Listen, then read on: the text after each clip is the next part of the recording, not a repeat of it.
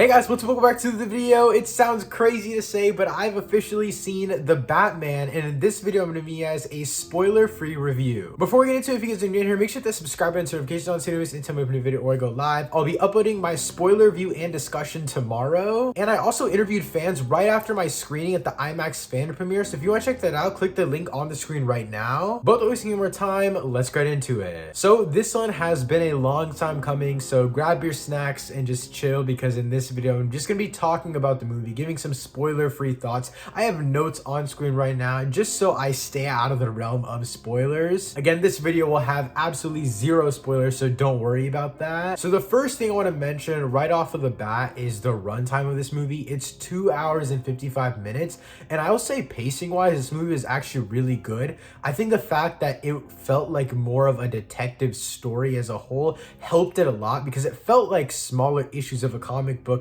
kind of put into one big movie. They were solving small little detective things, and that all compiled into the movie, which made it pace really well. I think the runtime in the very beginning just felt super slow because we were kind of thrown into this Gotham that already existed. It's not an origin of Bruce Wayne. It's not an origin of what Bruce Wayne's parents did to the city like the other Batman movies had. You're just thrown into something that already exists. I'll talk about this later, but it feels like you're just thrown into a middle of a book and you have to figure out the context, but they actually end up explaining context as you go, and I'm going to stay out of that topic a lot just because you can get into spoilers there. So in general, I think the runtime, it's 2 hours and 55 minutes. The first like 30 minutes is pretty slow, but after that, once the momentum picks up, it never slows down, in my opinion. And even at the very end, like, I had to pee so bad at the end, and usually when you have to pee during a movie, the movie feels 10 times longer, but the movie was going by so fast, and so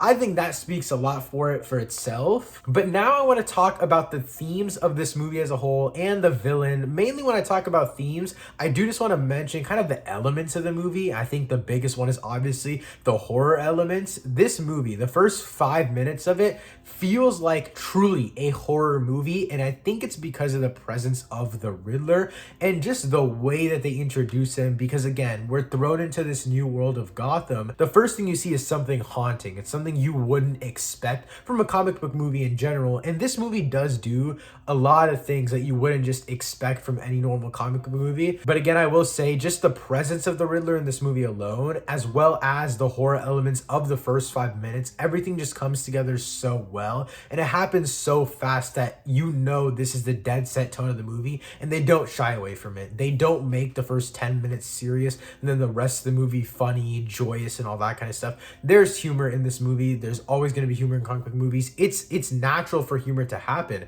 and the way that they implement that humor into this movie doesn't get rid of the baseline themes of horror that is weaving throughout this entire movie. I'll also say that I think that the way this movie is written is inherently giving themes of horror. It's like just regular dialogue scenes feel like there's a lot of tension. Maybe it's just the score by Michael Giacchino, which I'll talk about later, and it's absolutely phenomenal in this film. I just think that the writing itself just brings out horror themes and horror elements. Maybe it's also just the acting from these phenomenal and talented actors and actresses that were part of this movie. I don't know what it was, but everything culminated together so well to create an overarching theme of horror throughout this entire film. Now, Paul Dano as Riddler, I don't want to say much because the marketing itself hasn't shown much of the Riddler, and so I'm going to tread lightly here. What I will say is that he cemented himself as an all-time Batman villain. For me personally, he didn't do as much as I wanted, yet he still had more of a presence than I expected, if that makes sense. And this isn't spoilers because Matt Reeves himself actually did say the Riddler is always present, but almost as a ghost. So obviously Matt Reeves agrees with the fact that though Riddler isn't always present, his presence is always felt. I don't know if that makes any sense, but that's what I'm thinking, and that's what I interpret from that quote, and that's what I'm getting from the movie. Now, I'm gonna be honest, watching the movie didn't even feel real, and so I'm still kind of confused and convoluted in my thoughts about the villain aspect. Like, I'm so focused on Batman himself that the villain, it completely just passed my mind when I first thought of re-looking at this movie and reliving the experience that this movie was. I didn't even think of Riddler, but now that I think about it more, though Riddler wasn't there all the time, his presence was the most impactful thing in this movie. Again, Paul Dano as Riddler, his performance is phenomenal, and I also love the way they do his face reveal in this movie. I'm not gonna say how they do it, but they do it really, really well in my opinion, and I think that Paul Dano as a whole, he was a great addition to this cast, and he was just another phenomenal actor. But now moving to the story, now I've talked about this a lot in all of my theory videos. I think that this movie, and I've been guessing since the beginning, I was like, okay, it's gonna be an action flick. It's obviously a superhero movie. There's gonna be a lot of action. There's gonna be romance with Selina Kyle, and it's gonna be obviously a detective movie. But one thing that I was not expecting at all was it to feel like a thriller movie at its core. Now, obviously, we've seen comparisons to movies like Seven, Zodiac Killer, all those great movies, and I'll admit, there are great comparisons. But at its core, when you compare it to other comic book movies, it's something that you've never ever seen before. And obviously it's because it feels like it's taking movies from like the thriller genre and bringing it into the comic book realm with comic book characters, with comic book lore, and just kind of shifting little aspects of it. And that's what it does, but I don't mind that. It doesn't feel like a straight one-for-one copy, because the fact that Batman lore is so different than obviously like the lore of the world of Seven or Zodiac Killer, which is our world, there are different aspects of these worlds that you have to implement, and you can't just use real world lore in a Batman comic book story. And they don't. They shift it so it makes sense enough for it to fit in that world, and it works so well. Again, at its core, this is just a thriller movie, but it's also story-wise, it's still a detective story. It is a thriller story, but the thriller, horror elements and horror themes, they're also like threaded together so perfectly in this movie, which is why I think I consider it more of a thriller movie. I would classify this as a thriller movie before a superhero movie. Maybe that's just me. Maybe you won't think the same way when you watch the movie, but I just think that the way that they implement the thriller aspects through, like I mentioned before, the horror elements, through dialogue and acting and the story, I think thriller is the perfect word to describe it. Like I mentioned before, this story is like being just thrown into the middle of a book, and my friend in the theater goes, it's like we got thrown into chapter 5 of the Batman universe and we don't know what happened before, but the way that this story is playing out is still explaining to us what happened in the first 5 chapters, but we still get to start at chapter 5. We get to start with relationships already set, yet we still get to learn about the past history of these relationships. And I personally think that's the perfect analogy. I think it works so well. And I think one thing, and this might be a weird connection that I'm making, but Michael Giacchino's score. Now, first of all, I didn't listen to the score beforehand. It came out last Thursday. Did not listen to it. I've only heard the Batman's theme. I didn't even listen to the Riddler or Catwoman's theme, and I'm happy I didn't. If you haven't listened to it already, don't do it. It's definitely worth it to hear it in the theater for the first time. But I will say, Michael Giacchino's score complements this movie so well. And I think it complements it so well because everything feels so set in this movie already. Gotham feels set because Gotham itself is a character in this movie, and I'll talk about that later when I talk about cinematography, but Gotham is a character. Everything coming together, Gotham, the score, freaking Batman, when everything comes together for the first time, it feels like you've already seen the story. It feels like you've seen those first 5 chapters, but you really haven't. But everything comes together so well to where it feels like you have, and that's why it works so well. I obviously, like I said before, we've been thrown into chapter 5. At first, I was pretty discombobulated. I was just like, we're going so fast. We need to slow down. And then as time went on, they really just tied everything so well together with the cinematography, creating a character out of Gotham.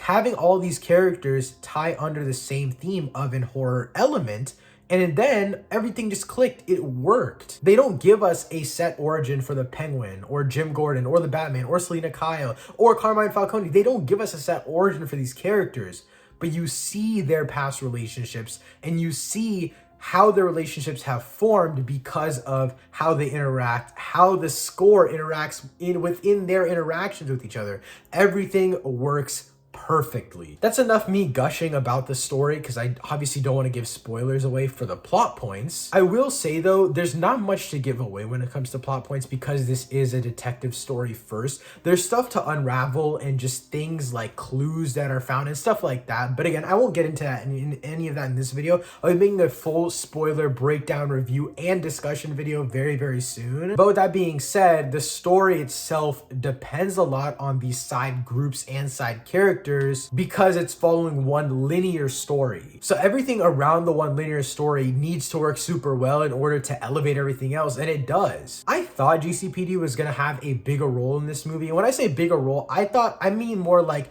I thought that everyone of the cops and all of that kind of stuff, they were gonna have a bigger role. They didn't, but I'm not mad about it because the parts that they were in, it really elevated Jim Gordon and Batman's relationship. It was just phenomenal overall. Gordon himself, Jeffrey Wright, blew me away. All the performances in this movie were phenomenal, by the way. I would give every performance a 9 out of 10 or higher. Even the people that didn't make it past like the first half of the movie, we didn't get to explore the history of their characters, but just the acting themselves. Like for example, we all know Gil Colson dies. We've seen it in the trailer, so it's not a spoiler. His character barely gets any screen time to actually like develop a story and develop a character arc or anything like that, but I still love his character because his acting is phenomenal. Now, I don't have much else to say about GCPD, but I will say that this movie did make me very excited for the show. I heard that the show is going to be a prequel show, but doesn't feature Jim Gordon that much. So I'm very confused as to what that's going to be. Not sure if it's going to be an anthology series, but I'll dive deeper into that in my spoiler review. Now I want to talk about the main star of this movie, the title character, the Batman. Now, what's really special about this story to me personally is that it feels like a true Batman story. It doesn't feel like a Batman story that depends on a villain. Like I mentioned before, the Riddler has a presence in the movie, but isn't present in the entirety of the movie. He is just there once in a while. He's enacting all of these things. But the looming presence of the Riddler and what he does to Bruce Wayne / Batman is so impactful that though this is a Batman-driven story, you still feel like you have these elements of the Riddler coming in at all times. 99% of this movie is Batman, and I absolutely love it. I feel like almost every scene has Batman in it, and if it doesn't have Batman in it, it has Bruce Wayne turning into Batman. Like, he's not in that scene because he's putting the goddamn suit on. Like, it's a 99% Batman suited up movie, and I love it. And I think what makes it all Batman so good, and I'm going to be dodging a lot of spoilers here. Like, I'm going to be jumping around, so this might not articulate as good as I want to, but basically, the way I view this movie is that Bruce Wayne is barely in this movie. I'm pretty sure he has like the least amount of screen time than any other character, but I feel like Bruce Wayne is the lead for all of this to actually happen, because at first this is the Batman versus the Riddler, but we know from the trailers, we know from the synopsis and all of that, that this movie is Bruce Wayne uncovering secrets about his family and learning about the corruption, how his father is connected to it, how his entire family is connected to it, including other side characters, which I don't want to mention because there were some great twists and turns in this movie regarding that kind of stuff. But I will say, Bruce Wayne, though he probably has the least amount of screen time for a character in this movie, he definitely has the most impact because, like I said before, it starts off as Batman versus Riddler, but as the Batman starts to uncover stuff that the Riddler has talked about and is exposing to Gotham, it becomes more of a Bruce Wayne needs to find this out, so he ends up using the Batman in order to find it out. So none of this movie would actually really move forward without Bruce Wayne's intention of learning. He wants to learn about his family's history, about the corruption in Gotham. So it's not just Batman. Now, obviously, Bruce Wayne is always under the suit of Batman. Bruce Wayne is always making the decisions of Batman. But I'm saying this in the way that it personally affects Bruce more than it does personally affect the character of Batman. Now, if it was Selina Kyle in danger and then that's why the Batman was acting, then I'd say it's more of a Batman thing. But it's definitely more of a Bruce Wayne thing. And I've seen a lot of complaints about people saying, oh, Bruce Wayne's barely in the movie. He's not present, but his presence is always there. He's just like the Riddler in the fact that his presence is the thing that is driving the movie, though he's not always present. It's always Batman that's present.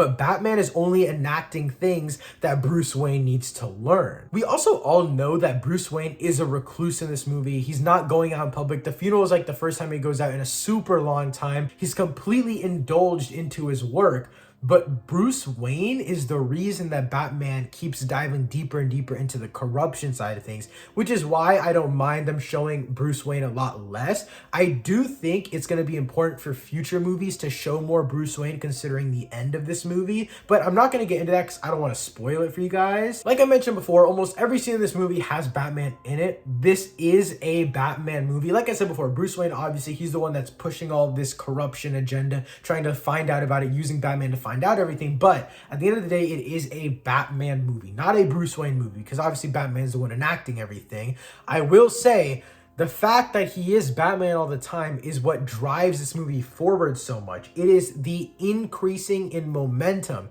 It is the push that this story needs to keep on going. And like I said before, the beginning of this movie is pretty slow in my opinion compared to the rest of it, and I think it's because about I would honestly say 1/4 into the movie, the momentum starts to pick up, and once it slightly starts to pick up, it does not stop. But now moving on to another very important character in this movie, which is Catwoman, aka Selina Kyle. I absolutely love her in this movie. I do like the fact that, like I said before, we're thrown in this chapter 5 of this book. I keep mentioning that, but it's pretty important because we're thrown into chapter 5 of this book. We don't get an origin for Selina Kyle, but we do get a main, I wouldn't call it a main story because it's not like part of the Riddler story, but she has her own full story in this movie. It's a story within a story. She has a real motive that's not just like defeating the Riddler. She's doing this for her own motive, which I do like. She's not just an alias to Batman. She's doing her own thing,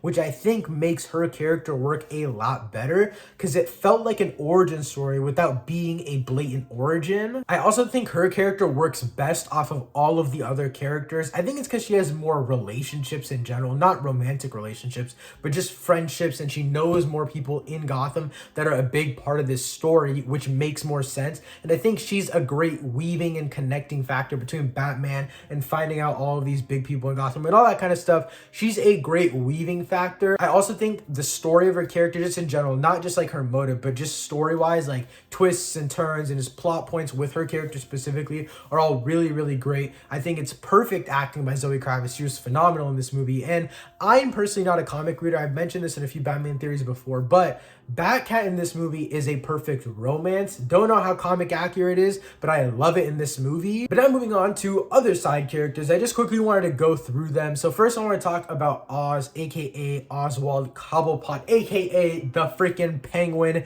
He is a scene stealer. Colin Farrell is a top tier actor in this movie, and you can really like see the insecurities in this character, which I really do like. It feels like he's working towards becoming the Kingpin status in Gotham, and towards the end of the movie, you'll see why they're making a Penguin show. I think at the end of the movie, I'll talk about this later, but they set stuff up, but they set it up in a way that's not completely blatant and given to you. I do think the Penguin setup is a little bit more blatant than other stuff they show. I'm not going to say specifics of anything they show. I'll be saying that in my spoiler review, but what they do with Penguin in this movie is so good. And I'll also say Colin Farrell came out a few months ago. He's like, I only have 5 to 6 scenes in the Batman. And when he said that, I got really scared. And when they started showing more of him in the trailers, I got really scared. I was like, we've seen everything of this dude in the trailers. But the way that they pace out Colin Farrell and how they use his acting skills, who they pair him up with in the scenes, and the way that everything plays out for his character story-wise and the impacts that he does have, he actually works really, really well. And he obviously doesn't have much screen time, but he has a presence. That's what I can say about every character in this movie. Though they might not have the screen time of Batman, they still have a massive presence in the story. And that's the one thing I can commend the writing for, because everyone feels like they have an integral part, even if they're not in the movie for that long. Next up is Falcone. I literally cannot say anything about him because the trailers and synopsises haven't really said anything about him, but I will say he had a much bigger role than I thought. I don't want to say anything else because there's a risk of spoilers. Next up is Alfred, and this one I also can't say much because we don't know much about his character unless you've read the prequel novel, and even then, there's not much of his character in this movie explained. I will say though, he's super hands-on and he's not really afraid of Bruce as much. He feels like he's not afraid to challenge Batman as much, or Bruce Wayne as much, and he's not afraid to get his hands dirty. Like, obviously he's not punching bad guys, but he's not afraid to stand up to Bruce, and he doesn't do anything crazy in this movie, but he's still a good motivating factor, and I think the presence that he does have, just like Penguin, is really, really great. But now I want to move on and talk about the absolutely stunning cinematography in this movie. I can't really say much about it because you have to visually see the cinematography to absolutely fall in love with it, but I can say it's absolutely phenomenal. It's absolutely mind-blowing. It's perfection. It's insanity, and it's honestly, seriously, the best looking comic book movie ever made. And I decided that 15 minutes into this movie. 15 minutes in, I saw the shots that were in this movie and I automatically decided it was the best. There were shots from the trailer that I was literally anticipating to be in the movie, and they did not disappoint. And the trailers, they do a good job of showing off the cinematography. But if you love the cinematography in the trailers, you're going to absolutely be foaming at the mouth, going feral in the theaters because it looks absolutely gorgeous. But the final thing I want to talk about are the teases at the end of this movie, and they really do set up the future. I will say that there's no post-credit scene. Like, there's like a little thing at the very, very end. Honestly, I'm telling you honestly, it is not worth the wait. I'm telling you right now, the teases, all the teases that you'll get are before the credits. There's a little thing at the end. It's literally nothing though. I sat through the entire credit scene. I mean, the music was phenomenal, by the way, the credits, so stay for the music, but there's not a tease at the end. It doesn't tease anything for a future movie. There's nothing there because all the teases happen in the movie, and I really do like that because it feels like it's connected to the end of the plot that just happened, if that makes sense. It feels like everything is happening one after another. It doesn't feel like something that's completely separate, that you know that was filmed completely separately. It feels like it's all part of the same thing that just happened, and that's why I really like it. But that's all that I'm going to say without giving spoilers away. I'll be doing a full spoiler review and discussion on the channel very, very soon. If you guys have already seen The Batman, let me know what you think of it in the comments down below. If you haven't seen it yet, how hype are you on a scale of 1 to 10? Let me know in the comments down below. Thank you so much for watching. I'll see you next time. Peace.